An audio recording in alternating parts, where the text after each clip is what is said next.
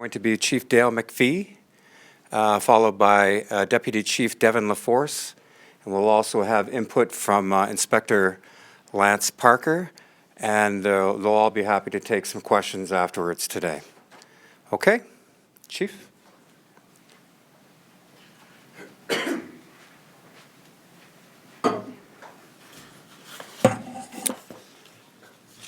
Well, first of all, thanks everybody for being here, and second of all, I'm going to apologize for my voice right now. So it's not good, but we're going to try to get through all of this and obviously answer the questions. So good afternoon, and thank you for joining us today. Well, we sure have had quite the week here, centered on some pretty important discussions, which we're here to talk about today. I'll start by saying there is no question large numbers of people in our community are living in a perpetual cycle of pain and heartache. And we all know someone who is directly impacted by these events. Everyone does. The ability to freely gather to express our views, to educate and seek sway, to express outrage, all of this activity that the police will always protect, and we do so with increasing frequency.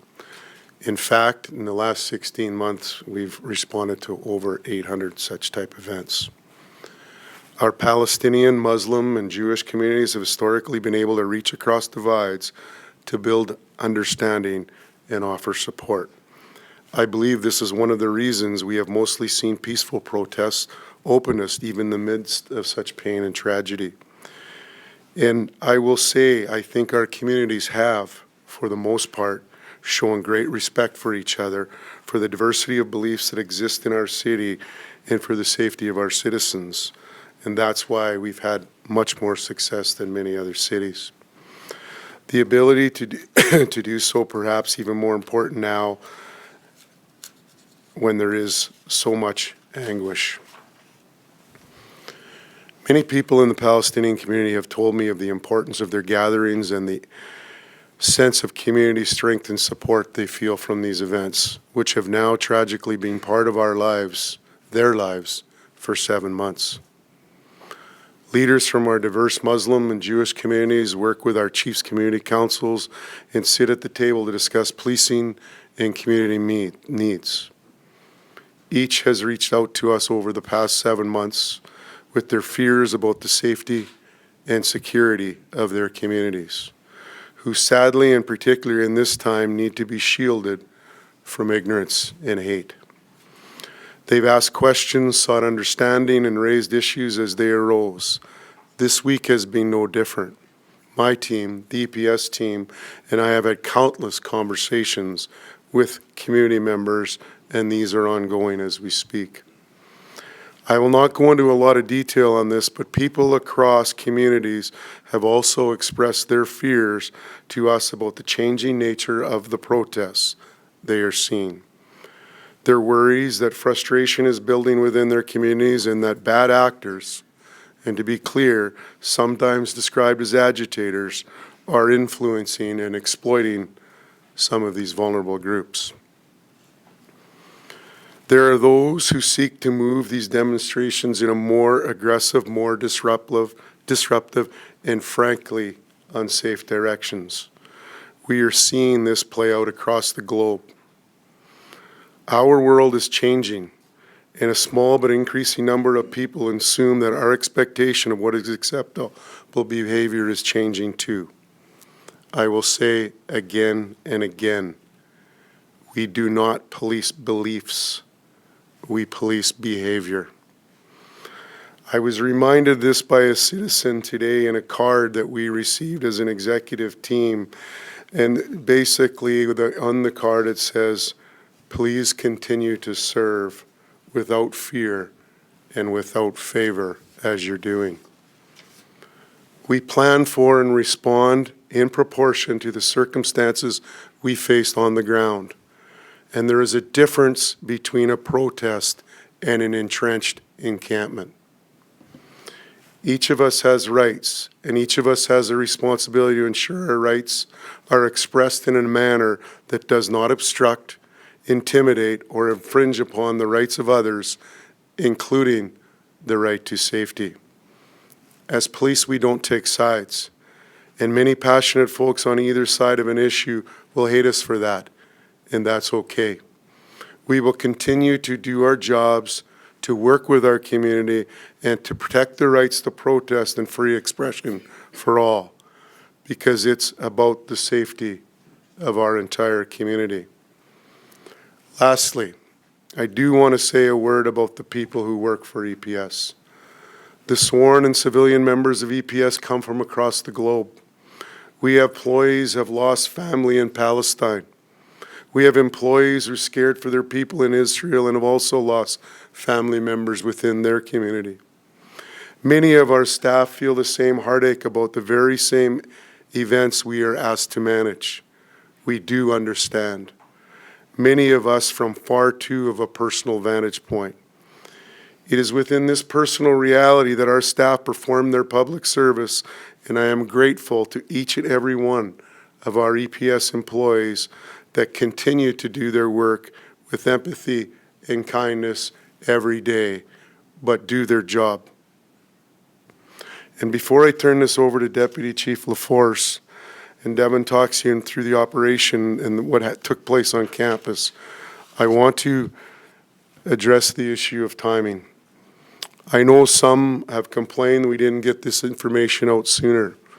And I just want to respond by saying that as the official source, we have a responsibility to make sure everything we send out is accurate. We are not social media. We are the police.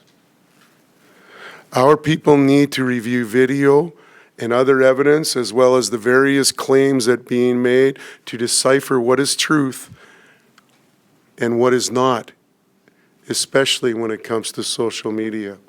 So again, thank you for your patience as we did this and for your attention today, and I will turn it over to Deputy Chief LaForce to walk through the events, and Inspector Parker will be helping him, and as Scott said, we will be obviously open to all the questions you have.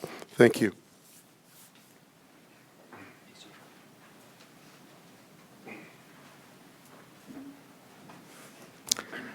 Thanks, Chief.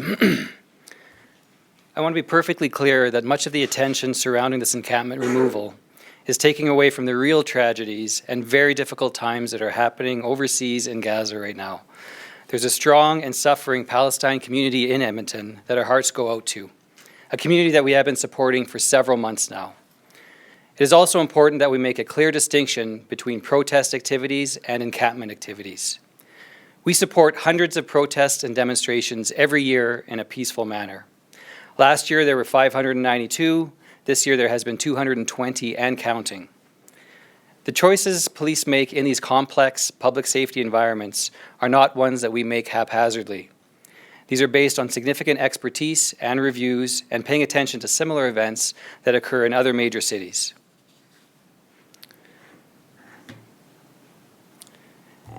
Enforcement during a demonstration. This information is available on our external website and is well distributed. I'm going to read the next few slides though, just to take these points and digest these points clearly. The EPS will maintain public peace and investigate criminal acts in accordance with its duties to do so in the public interest. The EPS will respond to unlawful activities or actions in an appropriate and professional manner. Okay. And the EPS respects the right of people to exercise their freedom of expression and peaceful assembly. Yeah. In this relationship, the police obviously have some responsibility. Those responsibilities include to maintain public order and preserve the peace, police behavior, not ideas, seek peaceful resolution first and act to resolve conflict in accordance with the rule of law, ensure the safety and security of all involved, minimize disruption for residents, businesses, and visitors, identify, assess, and deal with threats and risks as they arise, enforce laws and investigate offenses while respecting individual rights under the Charter of Rights and Freedoms. As police have responsibilities, so do protesters. And those include, do not block a highway or public roadway. Do not cause a disturbance or take part in a riot. Do not wear a disguise during an unlawful assembly or with the intent to commit a criminal offense. Do not disobey a court order. Do not harm or injure anyone. Do not possess weapons of any kind. Do not trespass on private property, and do not impede a parade. We'll now dive into some of the more of the details that occurred at the beginning of this encampment. The protest occupation encampment was set up prior to 6:45 a.m. on University of Alberta campus on Thursday, May 9th. Police were also well aware of some of the escalated activities that were spreading across the country regarding the occupation and encampments at university campuses. During that day, U of A peace officers informed the protesters that they were not welcome to camp on university grounds overnight. The group continued to refuse the direction from the peace officers. Signs were later posted around the encampment, and peace officers continued to inform them that they could not stay, verbally telling them that they were trespassing. This camp continued to grow in size, reaching 120 people and 40 tents that evening. The occupiers did not only continue to refuse lawful direction from the University of Alberta peace officers, but they continued to attempt to escalate their position as they were made various calls to action on social media. The assumed intention would be to overrun any attempt by the U of A peace officers by having larger numbers of people on their side. This was a major concern for the University of Alberta. If the camp were to become further entrenched, then this would subsequently require a more dynamic and resource-heavy response that could result in the potential of more people being hurt and certainly a greater threat to public safety. Besides people, calls to action included verbiage like protect our students and made requests for various supplies. This indicated a commitment to defy lawful direction as well as the intent to accumulate food and equipment for a longer-term occupation. On Friday, May 10th, the peace officers continued to post trespass notices. That same afternoon, there was a delivery of several wooden pallets to the encampment. Pallets have been used in other jurisdictions for a variety of purposes. That includes fortification, building fences, building structures, barricading, as well as being used as fuel for fires. This is not a protest supply, this is an occupation supply. At 4:30 p.m. on Friday, the University of Alberta requested the assistance of the Edmonton Police Service to remove the encampment. At that time, we began preparing our standard operations plan. I should mention that we were in consultation with the U of A for several days by this time. We were aware of the escalating activities, we had intelligence that informed us that many people at that location were not students, and we had information that many students were fearful and felt intimidated by what was occurring on campus. We also had legal consultation. Our major event command and incident command committee were plugged in, and decisions began to be made on how to best achieve resolution and regain public safety while minimizing disruption and injuries to everyone involved. That evening, the occupiers began to self-organize into groups. This speaks to some of the organization of the encampment itself, the continued desire to become entrenched and fortified, and the fact that they had no plans to leave voluntarily. They also stockpiled some fire extinguishers. This is just one picture of the fire extinguishers. It is important that there's several known instances actually in campus protests of fire extinguishers being used to blind and to bludgeon advancing police officers. This is a common and similar tool in encampment situations. At 4:35 a.m. on the morning of Saturday, May 11th, an eviction order was read out by the U of A peace officers. Police arrived at 4:45 a.m. The occupiers had sentries on bicycles who quickly rode back to the encampment to prepare themselves for the police response. When police walked to the quad area on campus, there was already a front line of occupiers that had joined their arms together in front of the police. This is just a short video of what things look like when police arrived.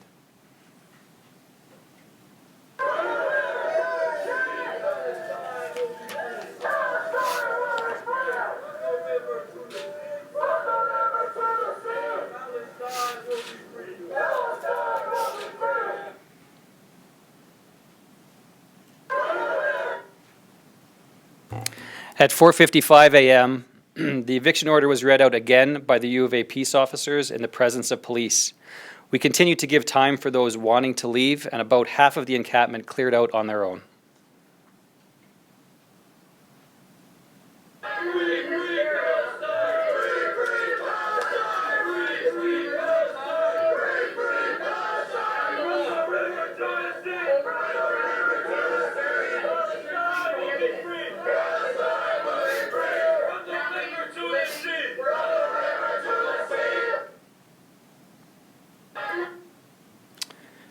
I'll turn over the next few slides to Inspector Lance Parker, who will speak to the removal of the encampment. As stated by Deputy Chief Devin LaForce, the eviction or the notice, trespassing notice was read at 4:55 a.m. in the presence of our police officers. At around 5:08 a.m., they were instructed again, they were given 10 minutes to pack up and leave the area. And some people did continue to leave, and then others did not. You can see at 5:08 when we started to advance, and they didn't leave, they started to form even a line in advancing, and we formed a line and advanced on the remaining occupiers. During the initial clash between police and the encampment subjects, 2 protesters were physically resisted police. They had attempted to grab the batons from the police officers, and these agitators were arrested. To prevent the crowd from interfering with these arrests, pepper balls, about 10 to 15, were shot into the ground, and there was 1 muzzle blast of what was also an OC powder. There was no liquid spray on the crowd, certainly no tear gas, no OC grenades, and no flashbangs. If you look at our officers in the video, you'll see no shields, no helmets being worn, and no masks. This clash with the protesters, all things considered, was incredibly minimal.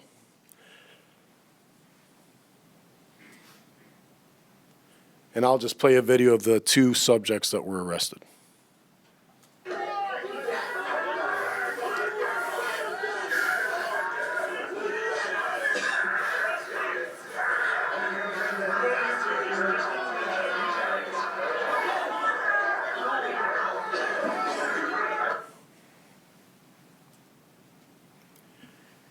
In a highly publicized video captured by occupiers, a police officer is seen swinging his baton. There has been much speculation about why the officer used his baton. Use of force is never pleasant to watch, but the unpleasantness of watching any video of a use of force doesn't mean that the use of force was excessive. Even completely reasonable uses of force will be uncomfortable for most people to watch. That's normal and to be expected.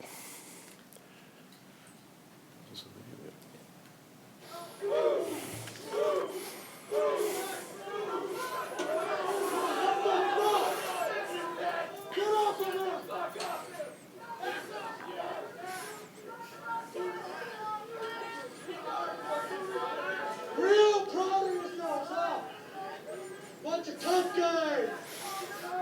Yeah, you're real tough! You're real tough!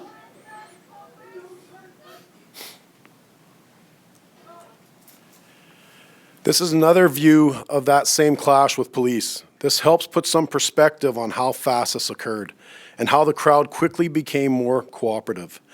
As such, the police officers reduced their use of force, and behavior will always dictate actions from police.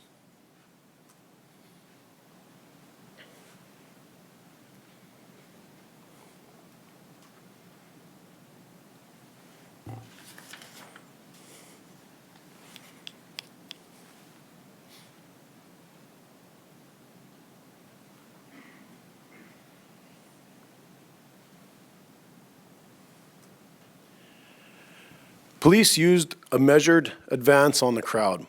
Police officers used the word move consistently to ensure they were moving as one unit and continuously giving people a chance to leave through many points of exit. This term and this strategy is used throughout North America. Simple, plain language and its instructions to the crowd. Police made sure that all tents were unoccupied. I know there was one example where one of the occupiers was trying to pack up their things. Our members showed constraint, allowing this person to continue to do so, even though they advanced their approach past this person. Of note, we have paramedics that are embedded in our public safety unit. On Saturday, May 11th, we had a paramedic with us. Every person arrested, actually everyone there, is given the opportunity to receive any medical attention from EMS.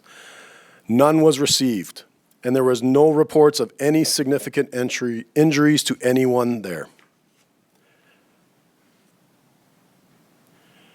This shows a vantage point of clearing the rest of the encampment. This went off very smoothly, with this occurring over a couple of minutes.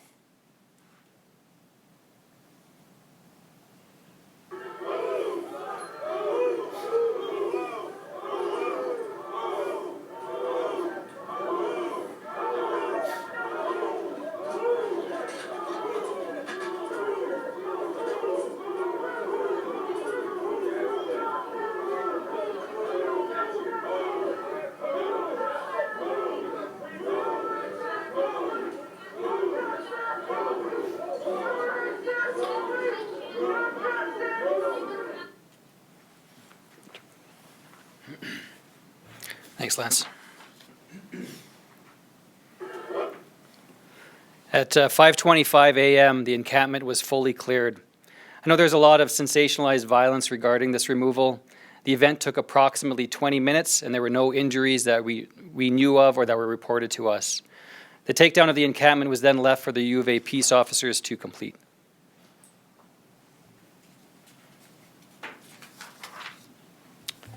Some of the protesters continued to be somewhat defiant on Saskatchewan Drive, and at that point in time, a third arrest was made. But if you can see by this short video that everybody is now cooperating and listening to direction.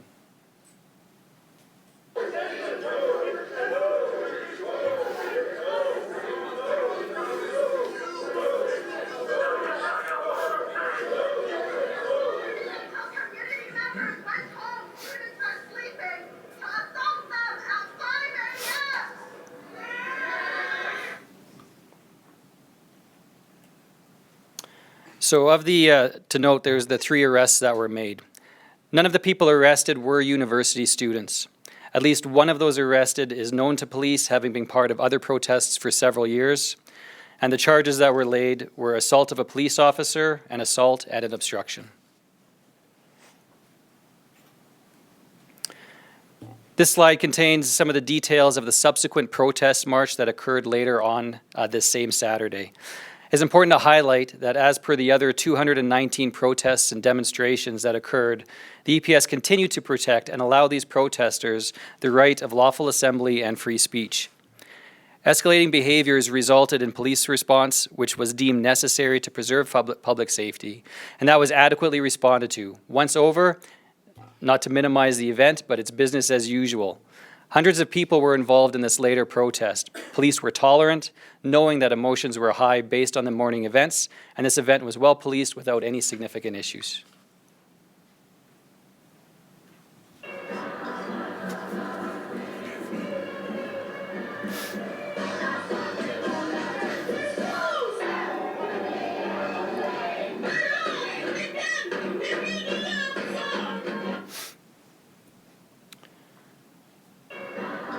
For some perspective, that afternoon march had about 1,200 people in it and had no real significant issues. Again, that 25 people from that original encampment is where that clash and caused some of those issues. So correcting some of the misinformation. The occupiers were not asleep. They were not in their tents when police arrived. All of the tents that police came across were empty. All of the occupiers were standing and refusing lawful direction. They weren't sitting down peacefully, they weren't laying down, they weren't resting. They were already woken up by the camp organizers. Police did not use any tear gas on the crowd. We used OC pepper balls and an OC powder burst. Police arrested 3 individuals who either refused to leave, obstructed officers, and assaulted a police officer. I don't have the numbers. I know that was something that was argued a little bit on social media of what percentage of the group was actually students at the University of Alberta. All I can tell you is that 100% of the arrests that we made were not university students. Subsequent to us departing from the encampment, the University of Alberta peace officers cleared the equipment, or cleared the remaining equipment and pieces of the encampment. Some of the things that they found included drug paraphernalia, several wooden pallets, the fire extinguishers that I made notice of earlier, a variety of tools, hammers, wrenches, screwdrivers, wooden stakes, and a guide on unlawful encampments called Defending the Camp. We'll highlight just one portion of this document, which was published from the University of Illinois from a similar encampment. Putting tents on campus is against almost every campus policy. Refusing to take them down means refusing to listen to a lawful command. I'm not going to read this whole blurb, but as you can see, the language is quite clear. It's just here to note that the guidebook was informing the group to meet the police head on and provided other recommendations to be defiant and to continue to resist.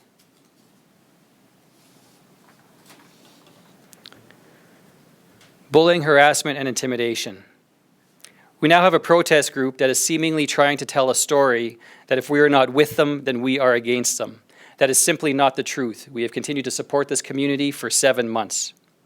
We had intelligence leading up to this event that this group was becoming disillusioned with conventional forms of protest and felt the need to escalate activities so they would get what they want. We're also now seeing some continued behaviors that can be described as bullying, harassment, and intimidation. These activities are not lawfully protesting a cause. They are stepping on the rights of others and potentially committing criminal acts through intimidation by things such as doxing. These are under investigation right now, and if found to be criminal, charges will be pursued. In conclusion, these are complex and often dynamic situations for police agencies, as officers have the difficult task of balancing the public's right of free speech and enforcing the law. To be clear, camping on university lands is trespassing, and it will not be tolerated. Charter rights do not come without responsibility for actions and do not outweigh unlawful actions. The number of protests in our city has increased dramatically year over year. Officers are increasingly called upon to lead local manifestations of conflicts that are occurring around the world. I know we've said this several times. We police behavior, not ideas or political positions. Respectful political discourse is critical to democracy, as is respecting the law. Thank you. Take questions now, and I would ask, especially because we're being streamed today live, if you can use the microphone out there for each of your questions. And mention who you direct your question to. Thank you. Jackie Carmichael with the Edmonton Journal. A question about the doxing. You said there's 11 incidences of that. Can you describe those, please? Thanks, Chief. Yeah, I'm not going to go into a lot of detail, but basically the names of 11 different officers were broadcast on social media. I should also mention that in and amongst these 11 officers that were doxed, there's some address information. There was some social media posts of family members and loved ones that were related to these individuals. So again, when I talk about harassment and intimidation, that includes the family members of these police officers, not just the police officers themselves. Is that why there were, I apologize, is that why there were incidences of people not wearing identifying badges? Actually, Jackie, separate things that I'll address, but first and foremost, you have a great question there, and I just want to clarify one thing. We need to be really, really clear that when we talk about agitators, this does not reflect the communities, the Muslim community or the Palestine community or the Jewish community. The large portion of these folks are very, very peaceful and should not be put in the same category as some of the agitators we're talking about. In relation to the identification, one of the things that we are actually in the midst of changing policy right now, because this isn't the first time this happened, it's happened before, is we will be probably within the next week or two going to an identification tag, which will be their badge number. The badge number, obviously, for the purposes, we can, the regimental number, not badge number, we can actually tell who that is in any given situation. But I also want to clarify that we have never had a problem because of the use of video, and as you can see, streams of video from all different angles identifying any officers. But that point is something that we take seriously, and we will be putting a policy change in relation to that, probably within the next 2 weeks, that will not have names on uniforms. I mean, it's different, obviously, for myself. I don't think a name matters, but the point of this whole thing is we have to go to all ends to protect, obviously, our officers and their safety, but at the same time be accountable and transparent to the public, which we believe strongly that this will do. And one of the slides indicated there was some spitting on officers. How many people were affected by that? Was it at close range? To be fair, I don't have the actual number of officers, but I know there was, again, lots of name-calling, insults, spitting on our officers that occurred both by people riding the bicycles when our police officers first arrived on the encampment, and then it was fairly frequent during the subsequent march that afternoon. Adam Zaccarelli, City News. Before getting to the encampment, what criteria, it was asked at the commission yesterday, what criteria went into planning how the removal was going to take place prior to arriving to the encampment? Yeah, absolutely. So as part of our standard operating plan, I suppose, so we have our incident command committee. It's something that, again, behavior kind of dictates that police response. There's obviously things that we can do that are very minor in nature, but it really depends on that escalating activity, escalating numbers, acquiring supplies, acquiring things that could be used as weapons, things such as found in pictures and videos like fire extinguishers as a for instance, that up a certain level of risk. So it's not a black and white decision-making process, rather it's quite fluid, but once we have all of that information together, then we strategize what would be the best way to respond, again, causing the fewest number of potential injuries and maintaining that public safety in a quick and efficient manner. So just to your point, Adam, just to add to Devin's point is, I think when you actually look at this, once we're called by the University of Alberta and they have concerns for their citizens, and which is basically their students, we are obligated to act in relation to that. Is what we want to do is minimize the impact, obviously with less people there, time of day, all of those things are taken into consideration, and as you've seen, were executed very well by Inspector Parker and others to ensure that minimal clash, minimal use of force takes place. That's all things that they always look at each and every time. And do you have the numbers for what the peak number was to what it was when you guys were sweeping the encampment, I guess to say? How many people essentially left when they were told to leave? Yeah, I think that actually was that peak number was that night on May 9th of 120 people and 40 tents. Obviously more people during the day, but during the Friday night, there was calls to action for people to kind of increase their numbers, but certainly by the time we arrived that morning, all I know was down to about 50. The other thing, Adam, that you're on point on there, and correct me if I'm wrong, you guys, but there were 6 warnings given. 6. That's ample time. And, you know, in that group, going back to what I say, there's members of this community that are impacted that actually left because they realized this wasn't the time and place for the type of activities that were taking place. This is Cabby Malitharan with Global News. I just wanted to maybe just get a clarification on this because I know the removal is happening overnight from like the Saturday morning at around 4 a.m. I know there was a lot of criticisms in terms of why it happened overnight versus, for example, with the University of Calgary, their encampment removal happened during daylight. So I'm wondering if you can speak to that. So I think you probably answered that question. Which one had less use of force in relation to that?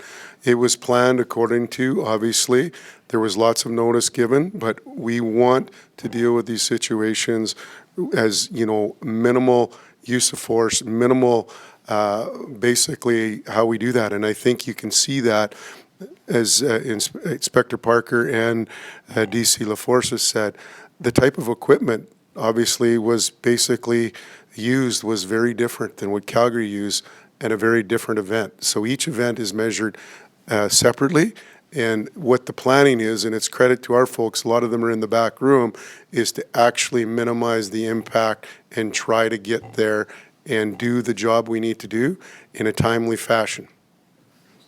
Go ahead. I'll just add, all the videos show truly the line and the tent and the occupiers and that kind of use of force that you've seen and the actions there. But to go back to the earlier question, so at that time, we had people on bikes behind us, and those were the ones that were trying to spit on us.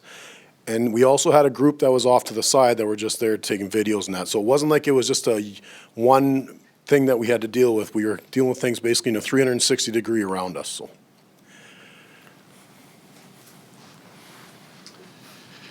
Nav Sanga, CTV News. Chief, you said you spoke with community members after all of this happened. What's the response been? I imagine there's probably some frustration. You know, again, when you deal with community members in the heat of the moment, I think everybody has to process exactly what happened. And what we've made is a commitment through my staff and my office to meet with some of the community leaders. But I also don't want to take away that the folks in the back and Lance and his team and our superintendents, we have a relationship with a lot of these communities. And as you said, 800 protests, that's based on a relationship where they set the rules. We're going to do this, and it's a good communication line. We're going to continue to do that. So it's not any one part of EPS. We also have a community engagement. We have community councils that we've spoke on this, that we're trying to give them information. No one particular individual, as you know, represents any community in this city. And what we're trying to do is making sure that we actually have an after-action meeting that we can actually talk about this. And if we can improve in relation to what we do, we will. But at the same time, there's also, when there's rules and there's things that need to be abided by when safety is a concern, and the university made a call on that. And, you know, based on the evidence you've seen, it was probably a really good call on their part when they have to protect thousands of students. You know, so we're going to continue to have those meetings. That's a commitment that we've made, and an event doesn't change that commitment. I'll just add one quick piece to that. And certainly we're coming out now with some of our video, some of the video from the University of Alberta, seeing kind of things, again, a little bit more fulsomely and objectively. Got to remember what was been shared in social media. how do you blame some of the members of the community for feeling a certain way when they think that their folks were brutalized, that people were being beat while they were sleeping in their tents, or woken up by police beating on them, or them sitting down in a peaceful way. So again, they can only act in a certain way in response to the information they have. So hopefully this starts to kind of allow people to move forward with the truth moving forward. Chief, Dave Bajer, CBC News. You spoke yesterday at the Police Commission meeting, and you mentioned you were concerned that there's a desire to make protests more daring or aggressive. Do you mind elaborating on that? Well, I mean, Dave, I think you saw on the video here with some of the things that were left in the encampment, how to fortify, how to do different things, how to bring fire extinguishers in. And I want to say up front, those fire extinguishers weren't used, but we do know they've been used in several universities. That's the intelligence that we share as police. And when you have a manual that has some of the things that you're saying in it that is being used, that's a heightened response, and that's something that we don't take lightly. We prepare for that, and we respond accordingly. And hopefully now we can educate more people. That's not on in Edmonton. That's not going to happen. Our job is to keep everybody safe. And again, as we've mentioned about 4 times here, we're going to police behavior, not beliefs. Everybody's entitled to their beliefs. But we're also not going to be intimidated by those that are trying to intimidate us. We have a job to do. Our folks do it well. So those are things that we take into consideration in its entirety. And we also have to remember, and I keep coming back to this, and as Devin has too, you know, it's easy for communities to believe what they believe, but it's hard to argue with video that we've shown and all the different angles of video. That's why we take those precautions. So, you know, something that we always have our finger on the pulse. It's why we have a liaison team, because our goal is anything you can mitigate up front serves dividends in the back end. And just for clarification, I think you mentioned in your opening statement, the last 6 months it was 800 protests? No, last 16 months we've had over 800, yep. Any other questions? Yeah, just one more. You mentioned that the U of A, there were some students that weren't part of the protest that were concerned, that had some fears. Were there any reports of intimidation, anything like that? Yeah, we actually received a number of reports from concerned students. They didn't know what was going on in Quad at the University of Alberta campus, and so yeah, they were expressing their fear and intimidation from that group. And I think it's important to realize our university is probably one of the most diverse sectors of our community. And, you know, anything that you see that's intimidating one group or potentially could be perceived as intimidation, I don't think anybody should be making a decision on how somebody else feels. We can regulate and we can control the behavior and the environment, and I think it's important to distinguish that. You know, and we've seen a lot of comments on the recent days that I feel safe, I feel safe. It doesn't matter how you feel. It matters how the person that you're in front of or that's with you or listening to that feels. We have to take all of that into consideration. I have an unrelated question. The serial killer, Sperry, that died, I was wondering if there were any unsolved Edmonton murders from the era that he was in Calgary, and if there's any DNA matches or files being investigated on that. You know, that's something we're just aware of it here recently too. We'll certainly be looking to see if there's anything. Our investigators work closely with the RCMP investigators, but we don't have anything at this time. But that's not saying there isn't. And I think that's something obviously we have to look into to see if any of our files are related as well. Sorry, I have one unrelated question as well. Well, I didn't answer anything yesterday because we wanted to get you guys in here so we could talk to you freely. So. The road rage incident this morning on Scona Road where a man was stabbed or an individual was stabbed? Yeah. Just your thoughts on an incident like this where people on the road are getting so angry that they're doing something like that? Okay, you're ahead of me in your knowledge right now. So we'll get back to you in relation to that, but I will say up front, anybody that's stabbing somebody over road rage is not acceptable, period. I haven't heard nothing about this yet, but certainly we can get back to you. But any kind of event like that where you're putting somebody's life in jeopardy over driving actions, I think we have to, you know, take a deep breath and count to 10 because that's just not okay. Any other questions related to subject or pardon me, to I kind of, yesterday at the police commission, you didn't allow time for the typical media. That was a little disconcerting for, for an organization that has won awards for transparency, so. Yeah, and Jackie, I don't think I'm one to shy away from an interview. I think when we have a tense situation like this in a tense meeting, the decision made collectively was we need to bring everybody in tomorrow and let you answer any questions that you need to do, and that's why we're here. That's only, you know, it's less than 24 hours ago, and the point of that is we didn't have this video in relation to this, so we didn't want to be out answering questions until we can bring it all for you and you can ask questions based on that. Otherwise, it would be unfair to you if you didn't have the information you just seen. So, I apologize if that's something, but that's not something we regularly do. But I also, our comms and our folks were adamant that we have to do this. And as you know, it was actually scheduled till we heard the RCMP was doing a press release earlier. It would have been earlier. So apologize for that. It's not a normal way we do with it, but there was reasons that we made those decisions. On that note, Chief, would that be part of the review process? Maybe not speaking to us before you had a chance to review policy, process, things like that? Well, yes, and I mean, it depends what it is. I mean, there's also things that we would say is, I can't comment on that. But with this particular incident, it's a little larger than that. This is a bit unique. There was a lot of outrage in relation to social media and stuff. You saw some of it at our commission meeting. But I think, for the most part, we would rather have the interview and say we can't comment, we get back to you. But this one is a little different than, I would say it's a bit of a unique circumstance. One more question. You might as well just stay there. And next time we got to place that mic somewhere where we can see you guys. Yeah. I guess you said the police operation went as well as it could have. Is there any regrets in what happened on Saturday at all? The regrets is we hope we never have to do it. We hope people comply with the orders and they just leave. It's not easy for our members, but they also know that they have to uphold the law, they uphold the property rights.